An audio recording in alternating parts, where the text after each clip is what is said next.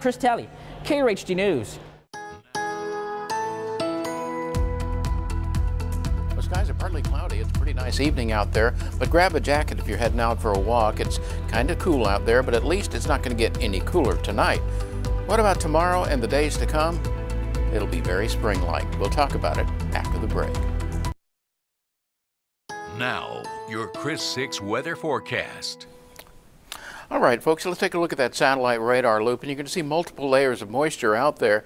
Now, the first one is pretty innocuous. It's high-level clouds sweeping across the area.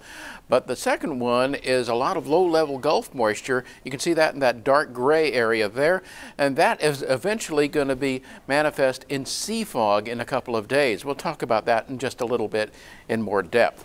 41 degrees this morning and 68 this afternoon.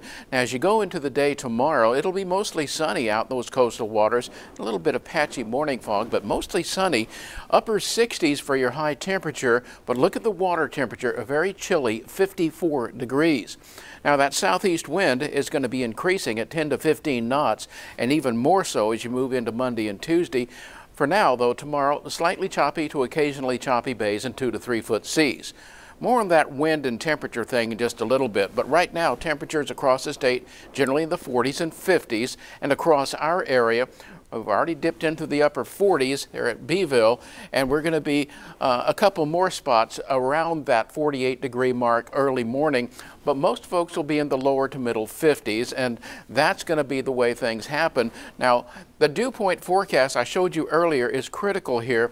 We're going to see that moisture reflected in higher dew points. Now, the higher those dew points, in contrast to that sea surface temperature, the more the opportunity for sea fog develops as that southeasterly wind pulls that warm, humid air across the cold surface water, and that causes the condensation that creates the sea fog, and that's why we're going to see that beginning to be an issue as soon as Monday morning. Now, that's only the beginning of it, though.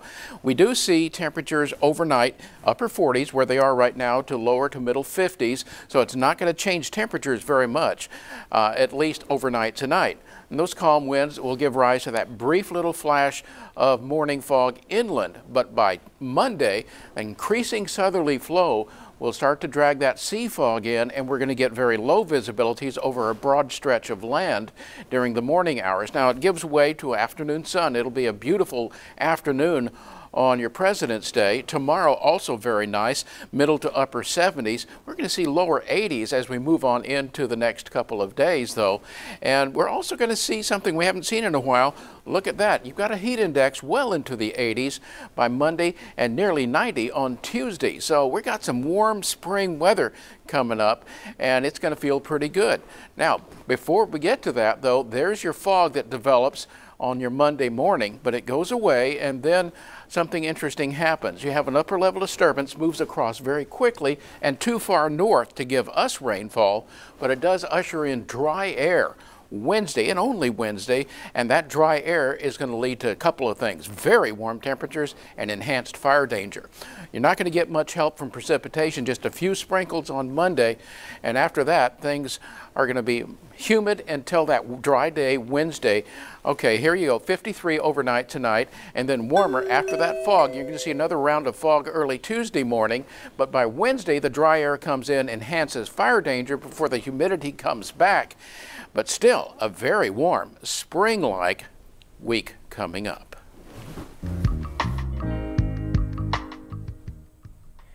Well, the saying goes, people will forget what you've done, but they won't forget how you made them feel. People in the community are reminded of the pride and confidence they receive when they enter Robbie's Barbershop. Our Devon Taylor reports. How you doing this morning? Good, good. For more than 50 years, Robbie's Barbershop has opened its doors to customers, helping with haircuts, clean shaves, and building meaningful relationships. And I feel like this is what God wanted me to be. As a teen, Robbie Richards' father, who was a barber, asked her to be a nurse, but Robbie wanted to follow in her father's footsteps. Now, Miss Robbie, as she's affectionately called, is the proud owner of Robbie's Barbershop on West Point Road in the city's west side. Her journey started in East Texas in 1964. And I went to Tyler in September and started barber school. At that time, It was 700 hours. And with her skills, she has adapted the motto that a barbershop isn't just a barbershop and a haircut isn't just a haircut. Being in a community, you have that connection with other young black African-American young men. Studies show that over 60% of black people believe a mental health condition is a sign of personal weakness. But Miss Robbie is trying to remove that stigma. Some of them, they come in, they want my opinion about their personal lives, what do I think they need to do in life. And it's just comes natural for me to step into that leadership role of giving advice, but by all means, spiritual advice first. Her first piece of advice is keep God first.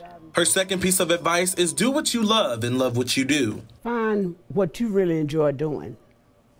Don't let someone else tell you or push you into doing something that you're not familiar with or that you don't enjoy. The Full Service Salon continues to provide their clients with confidence and pride, while keeping those clippers buzzing for those they serve. Over in Houston, a viral mural is bringing light to some issues the community is facing. We'll tell you how this mural is a part of a